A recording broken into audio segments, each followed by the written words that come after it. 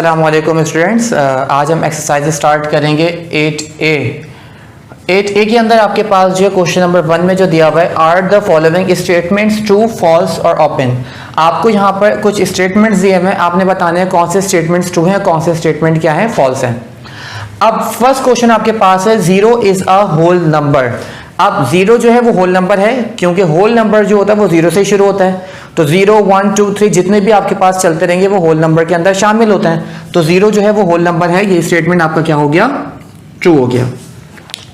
अब लिखा है 5 + 9 = 18 - 5। अब कहा गया है कि ये दोनों वैल्यूज जो है वो बराबर हैं।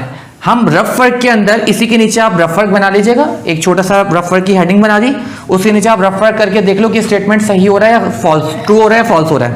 5 में जब मैंने 9 प्लस करे तो आपके क्या आ रहे हैं 14, और जब मैं 18 में से 5 को माइनस किया तो आपके पास क्या आ रहा है 13। तो ये जो दोनों है चीजें आपके पास इक्वल नहीं है। जब ये आपके पास इक्वल नहीं है तो इसका मतलब क्या हुआ, ये स्टेटमेंट आपका क्या हो गया, फॉल्स हो गया। 2 is the only even prime. आपको बताना है कि 2 जो है वो इवन प्राइम नंबर है। 2 वो वाहिद नंबर है जो इवन नंबर भी है और प्राइम नंबर भी है। प्राइम नंबर कौन सा होता है, प्राइम नंबर वो होता है जो अपने टेबल के अलावा किसी और के टेबल में नहीं आता, और 2 वो नंबर है जो अपने टेबल के अलावा किसी और टेबल में नहीं आता। और 2 जो है वो इवन नंबर भी है, क्योंकि 2 4 6 8 10 आपके पास सारे क्या कहलाते हैं, इवन नंबर्स कहलाते हैं।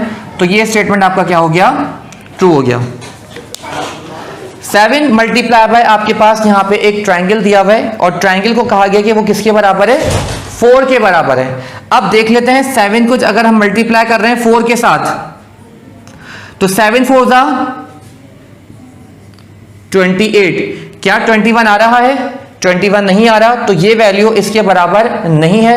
जबकि कहा यह जा रहा है कि 7 मल्टीप्लाई बाय दिस = 21, और इसकी वैल्यू किसके बराबर दी हुई है, 4 के, और हमने जब इसकी जगह 4 रखा तो आपका आंसर 28 आ रहा है, 21 नहीं आ रहा। तो ये स्टेटमेंट आपका क्या हो गया, फॉल्स हो गया। 5x + 5 = 10, then x = 1। अब देख लेते हैं कि ये वाली जो पूरी वैल्यू 10 के बराबर आ रही है या नहीं आ रही। 5 x की जगह आपने क्या रखा, 1 + 5, 5 × 5, और ये 5 एज इट इज ऐसे ही रहा। जब हमने इसको प्लस किया तो कितना आ रहा है 10। तो मतलब जब इस पूरी वैल्यू को हमने सिंप्लीफाई किया तो 10 के बराबर आ रहा है। तो इसका मतलब क्या हुआ कि ये स्टेटमेंट जो है वो आपका क्या है, ट्रू है। करेंगे क्वेश्चन नंबर 2। क्वेश्चन नंबर 2 आपके पास है, replace the letters by numbers to make the statements true. अब आपने क्या करना है, आपने लेटर्स की, यहां पर आप लेटर को किस तरीके से रिप्लेस करोगे, मतलब इस x की जगह आप वो क्या नंबर लिखोगे कि जो पूरा स्टेटमेंट है वो क्या आ जाए, ट्रू हो जाए। जैसे कि यहां पर x की जगह मैं 7 लिख दूं तो 7 + 2 = क्या आ जाएगा, 9 आ जाएगा। लेकिन मुझे क्या करना है, इसको सॉल्व करके बताना है कि मैं x की जगह क्या वो नंबर लिखूं कि स्टेटमेंट क्या हो जाए, ट्रू हो जाए। तो अब देखो, अब यहां पर आपके पास क्या है, x + 2 = 9। अब x जो है वो 2 के साथ प्लस हो रहा है, प्लस का 2 यहां की क्या होगा, माइनस। तो प्लस का 2 यहां के जब माइनस होगा तो 9 में से जब 2 निकालेंगे तो कितना बचा, 7। तो देखो x आपके पास वो क्या हुआ, नंबर 7 हुआ। वेरिफिकेशन करके देख लो कि आपका जो आंसर है वो बिल्कुल सही आ रहा है या नहीं आ रहा। वेरिफिकेशन कैसे करोगे, जहां आपके पास x है उस x की जगह क्या लगा दो, 7। तो x की जगह क्या आ गया, 7 + 2 = 9। 7 में 2 प्लस करा कितना आ गया, 9 = 9। तो हमने पता चल गया कि स्टेटमेंट आपका क्या हो गया, ट्रू हो गया, कि वो नंबर आपके पास कौन सा है, 7। कि अगर आप x की जगह 7 को रिप्लेस करते हो तो आपका स्टेटमेंट क्या हो जाएगा, ट्रू हो जाएगा। क्वेश्चन 2 की तरफ आते हैं। 7 - p = 2। अब यहां पर आपके पास जो है -p, अब आपको क्या, कौन सी वैल्यू रिप्लेस करनी है, p की वैल्यू रिप्लेस करनी है। कि p की जगह हम कौन सा ऐसा नंबर रखें कि आपका स्टेटमेंट बिल्कुल ट्रू हो जाए। तो आप माइनस का p यहां लाके प्लस का p करोगे, और प्लस का 2 यहां लाके माइनस का 2 करोगे।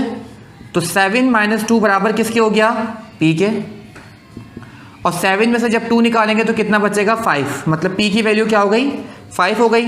वेरिफिकेशन करेंगे कि आपका जो आंसर है वो क्या बिल्कुल सही है। तो आपने 7 रखा, माइनस p की जगह क्या रखोगे, 5, और जब 7 में से 5 को माइनस करेंगे तो क्या आ जाएगा 2 इज इक्वल टू 2। तो लेफ्ट हैंड साइड बराबर है कि राइट हैंड साइड के, मतलब ये स्टेटमेंट आपका क्या हो गया, ट्रू हो गया कि p की जगह अगर 5 को रिप्लेस कर दें तो आपका स्टेटमेंट जो है वो क्या है, ट्रू है। क्वेश्चन 3 की तरफ आते हैं। 3y is equal to 15।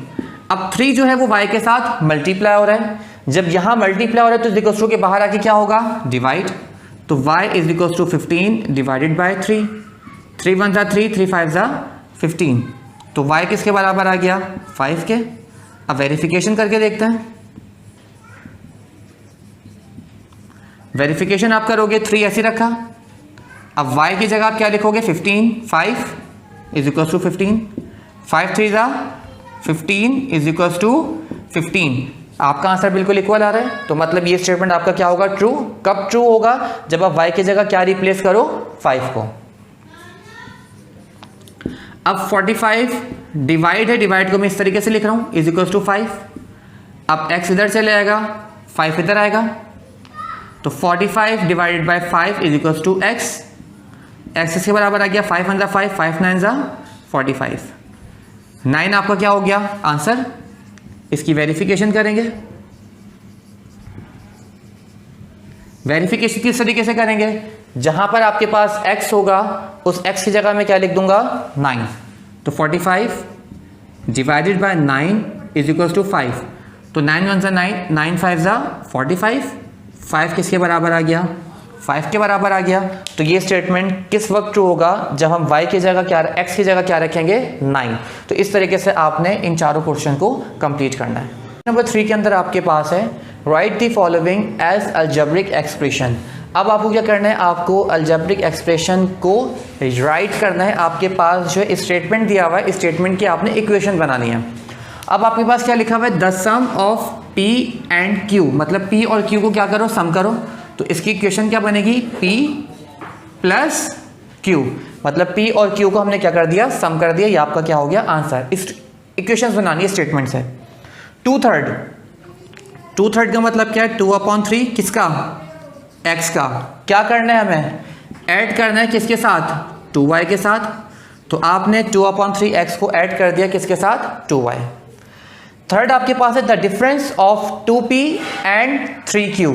अब आपने क्या करना है, डिफरेंस लेना है किसका, 2p का एंड 3q का। लेकिन डिफरेंस के अंदर क्योंकि माइनस आता है, अब माइनस किसके साथ लगाएं, 2p के साथ लगाएं या 3q के साथ लगाएं, ये आगे वाला स्टेटमेंट बताएगा। When 2p is less than 3q, मतलब आपके पास 3q जो है वो ग्रेटर है और 2p जो क्या है वो आपका क्या है, लेस है। तो सबसे पहले आपका क्या आएगा, 3q, क्योंकि वो ग्रेटर है। तो ये आपने क्या लिखा, 3q माइनस 2p, ये आपका क्या हो गया आंसर।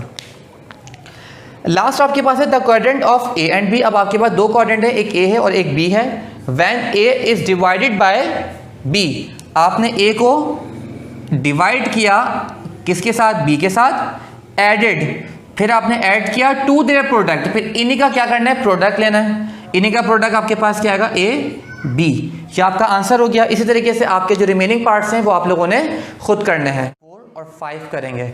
क्वेश्चन नंबर 4 के अंदर है write down the separately the terms of the following algebraic expression. अब आपके पास अलजेब्रिक एक्सप्रेशन मौजूद है।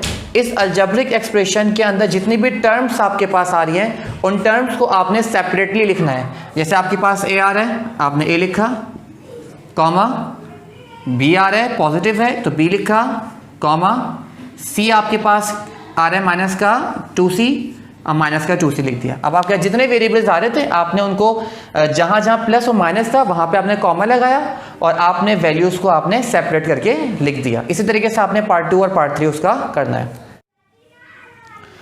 Write down the algebraic expressions whose terms are given below. अब आपको क्या करना है, आपको यहाँ पे टर्म्स दी हुई है। अब आपको अलजेब्रिक एक्सप्रेशन राइट करनी है, अलजेब्रिक एक्सप्रेशन लिखनी है। तो यहाँ पर आपके पास a आ गया, a के बाद क्या है, माइनस का 3b, फिर क्या है प्लस का 4c। इस तरीके से आपने क्या बना दिया, अलजेब्रिक एक्सप्रेशन बनानी। बहुत ही आसान है, किसी भी सेपरेट वैल्यूज़ को, अलजेब्रिक एक्सप्रेशन को सेपरेट वैल्यूज़ में करना और किसी भी सेपरेट वैल्यूज़ को अलजेब्रिक एक्सप्रेशन के अंदर लेकर आना। सिर्फ यहाँ पर हम कॉमास हटा देंगे और वैल्यूज़ लिख देंगे और यहाँ पर हम हर वैल्यू के आगे क्या लिख दें, कॉमास बना देंगे, ये सेपरेट हो गया और ये आपकी इक्वेशन बन गई। Okay, thank you.